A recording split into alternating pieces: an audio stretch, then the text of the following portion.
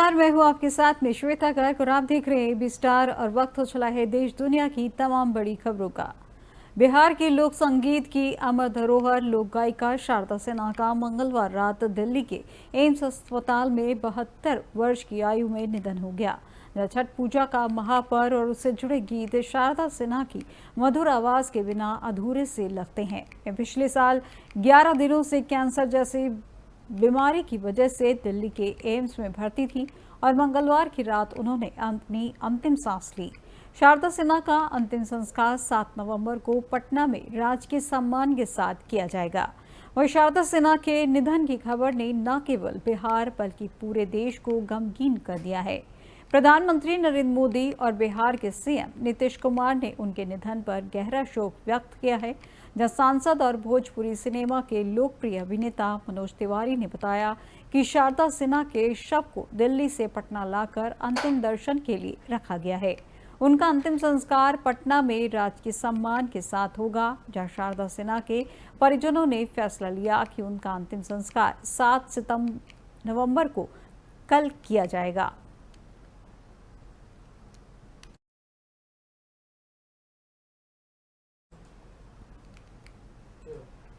अमेरिकी संसद में सत्तासीन डेमोक्रेटिक पार्टी को झटका लगा है। दरअसल राष्ट्रपति चुनाव में कमला हैरिस अपने प्रतिद्वंदी डोनाल्ड ट्रंप से पिछड़ रही हैं, लेकिन अब अमेरिकी संसद के उच्च सदन सीनेट में भी रिपब्लिकन पार्टी का बहुमत हो गया है।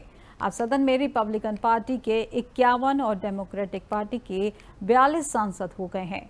इस पर मीडिया रिपोर्ट्स के अनुसार ओहायो से डेमोक्रेटिक पार्टी के सीनेटर शेरोड ब्राउन अपने चौथे कार्यकाल के लिए लड़ रहे थे। हालांकि यहां उन्हें लग्जरी कार डीलर और रिपब्लिकन प्रत्याशी बर्नी मोरेनो ने शिकस्त दी है। इससे पहले सेनेटर जो मेंशन 3 के रिटायरमेंट से खाली हुई सीट पर वेस्ट वर्जीनिया के गवर्नर जिम जस्टिस ने कब्जा जमाया है, जहां इसी के साथ रिपब्लिकन पार्टी ने सीनेट में बहुमत हासिल कर लिया गया है। आपको बता दें कि अमेरिकी सीनेट 100 सदस्यीय सदन है, जहां इसमें से 66 सीटों पर चुनाव नहीं हुए थे और सिर्फ 1/3 यानी 34 सीटों पर नए सांसद चुने गए हैं। रिपब्लिकन पार्टी ने बीते 4 साल में पहली बार अमेरिकी संसद से उच्च सदन सीनेट में बहुमत हासिल किया है, जहां इतिहास में पहली 2 अश्वेत महिलाएं सीनेट के लिए चुनी गई हैं, जिसमें डेमोक्रेटिक पार्टी की लीजा ब्लंट रोचस्टर और एंजेला एल्सोब्रुक्स शामिल हैं। दोनों क्रमशः डेलावेयर और मैरीलैंड से जीतकर सीनेट पहुंची हैं। वहीं राष्ट्रपति चुनाव में भी रिपब्लिकन पार्टी को बहुमत मिलता दिख रहा है। अभी तक के चुनाव नतीजे में रिपब्लिकन पार्टी के उम्मीदवार डोनाल्ड ट्रंप 230 इलेक्टोरल कॉलेज के साथ बहुमत के आंकड़े 270 के करीब जाते दिख रहे हैं।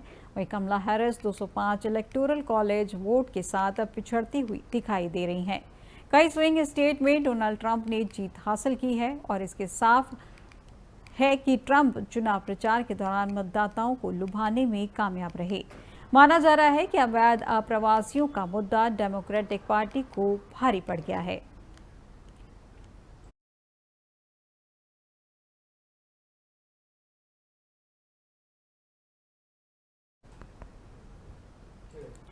उत्तर प्रदेश के वाराणसी में हुई 5 लोगों की हत्या से काशी दहल गई है। बताया जा रहा है कि बदौनी इलाके में मंगलवार की सुबह 11 बजे घर की सफाई करने के लिए रीता देवी नाम की महिला प्रथम तल स्थित फ्लैट पर पहुंची, जहां दरवाजा खटखटाया, लेकिन दरवाजा अंदर से कोई आवाज नहीं आई।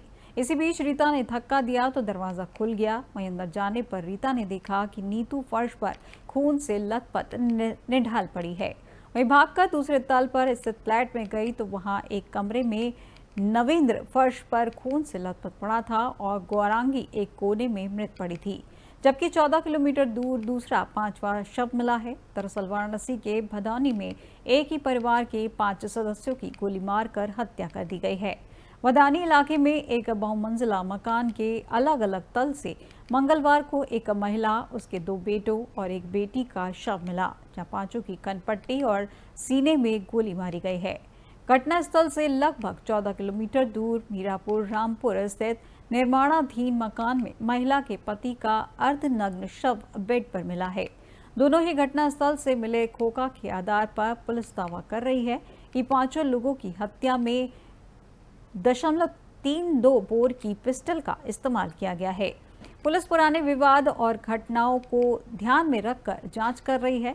मृत राजेंद्र पर अपने पिता, छोटे भाई और उसकी पत्नी के साथ ही एक चौकीदार की हत्या का आरोप था।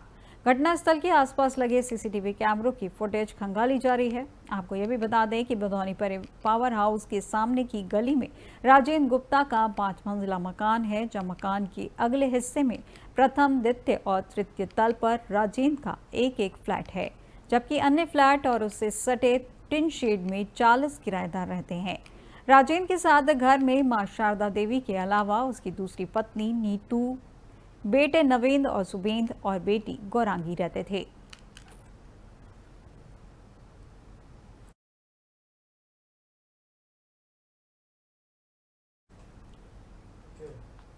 एनसीपी नेता बाबा सिद्दीकी की हत्या मामले के चश्मदीद को धमकी भरा फोन आया है, जिस मामले में शिकायत के आधार पर मुंबई के खार पुलिस स्टेशन में अज्ञात शख्स के खिलाफ मामला दर्ज किया गया है। माना जा रहा है कि यह धमकी लॉरेंस बिश्नोई गैंग की ओर से आई है, लेकिन अभी तक इसकी पुष्टि नहीं पाई है। पुलिस इसकी जांच कर रही है। वहीं बाबा सिद्दीकी की 12 अक्टूबर की रात को हत्या कर दी गई थी, जिसकी जिम्मेदारी लॉरेंस गैंग ने ली है। बाबा सिद्दीकी की हत्या के चश्मदीद ने पुलिस को बताया कि मुझे कुछ दिन पहले एक अनजान शख्स का फोन आया था। फोन पर उस शख्स ने मुझे 5 करोड़ रुपए की मांग की। पैसा नहीं देने पर मुझे जान से मारने की धमकी भी दी गई। पुलिस फिलहाल टेक्निकल सर्विलांस की मदद से पता लगाने में जुटी है कि फोन करने वाला शख्स आखिर कौन है।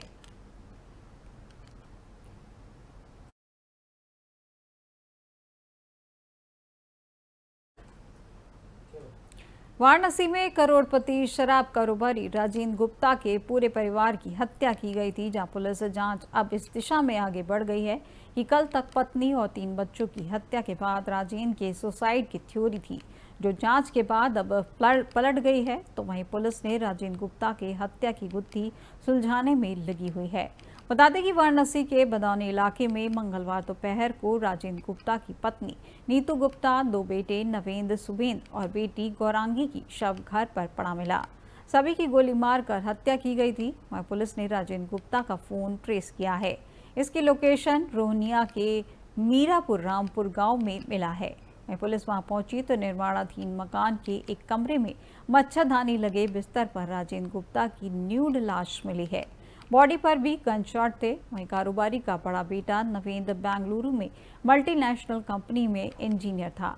छोटा बेटा और बेटी डीपीएस में पढ़ते थे।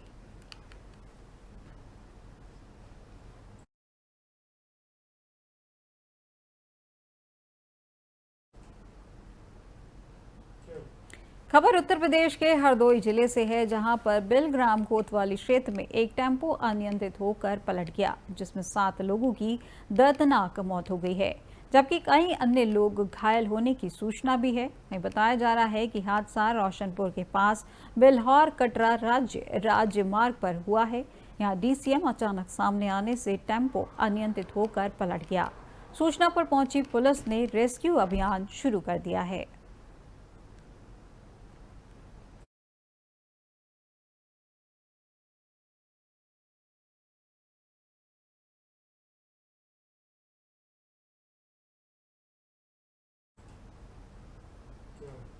अमेरिकी राष्ट्रपति चुनाव में डोनाल्ड ट्रंप ने निर्णायक बढ़त हासिल कर ली है, जहां जीत के बाद उन्होंने अपने समर्थकों को संबोधित किया। इस दौरान उन्होंने अमेरिका की जनता का शुक्रिया अदा किया। उन्होंने कहा कि यह जीत अविश्वसनीय और ऐतिहासिक है। हम अमेरिका की भलाई के लिए काम करेंगे। डोनाल्ड ट्रंप ने अपने समर्थकों को संबोधित करते हुए कहा कि ये पल इस देश को फिर से मजबूत करने में मदद करेंगे। फ्लोरिडा के वेस्ट पाम बीच कन्वेंशन सेंटर में अपने संबोधन में ट्रंप ने कहा कि मैं हर दिन आपके लिए लड़ूंगा और अमेरिका में स्वर्णिम काल लेकर आएंगे। आगे ट्रंप ने फ्लोरिडा में समर्थकों से कहा कि मैं आपका 47वां राष्ट्रपति हूं। ऐसी राजनीतिक जीत पहले कभी नहीं देखी गई। भारी जीत की कगार पर खड़े रिपब्लिकन राष्ट्रपति पद के उम्मीदवार ट्रंप ने अपने समर्थकों का शुक्रिया अदा किया और इसे अमेरिकी लोगों की शानदार जीत बताया। दरअसल 78 वर्षीय ट्रंप को फिलहाल 267 इलेक्टोरल कॉलेज वोट मिलने की जानकारी है। यह 270 के जादुई आंकड़े से 3 कम है। वहीं उनकी प्रतिद्वंदी मौजूदा उपराष्ट्रपति कमला हैरिस 214 इलेक्टोरल कॉलेज वोटों के साथ पीछे चल रही हैं। इसके साथ ही ट्रंप ने कहा कि हम अपने देश को ठीक करने, अपनी सीमाओं को सुरक्षित करने के लिए काम करेंगे। हमने आज इतिहास रच दिया है। हमने सबसे अविश्वसनीय राजनीतिक जीत हासिल की है। मैं अमेरिका के लोगों को धन्यवाद देना चाहता हूं। मैं अपनी हर सांस के साथ आपके और आपके परिवार के लिए लड़ूंगा। ट्रंप ने कहा कि यह एक ऐसा आंदोलन था जिसे पहले कभी किसी ने नहीं देखा।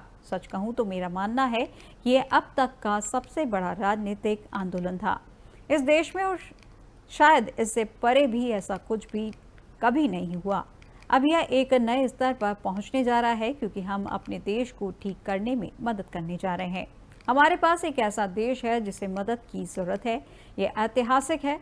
इसका कारण सिर्फ यही है कि हमने उन बाधाओं को पार किया है जिनके बारे में किसी ने सोचा भी नहीं था।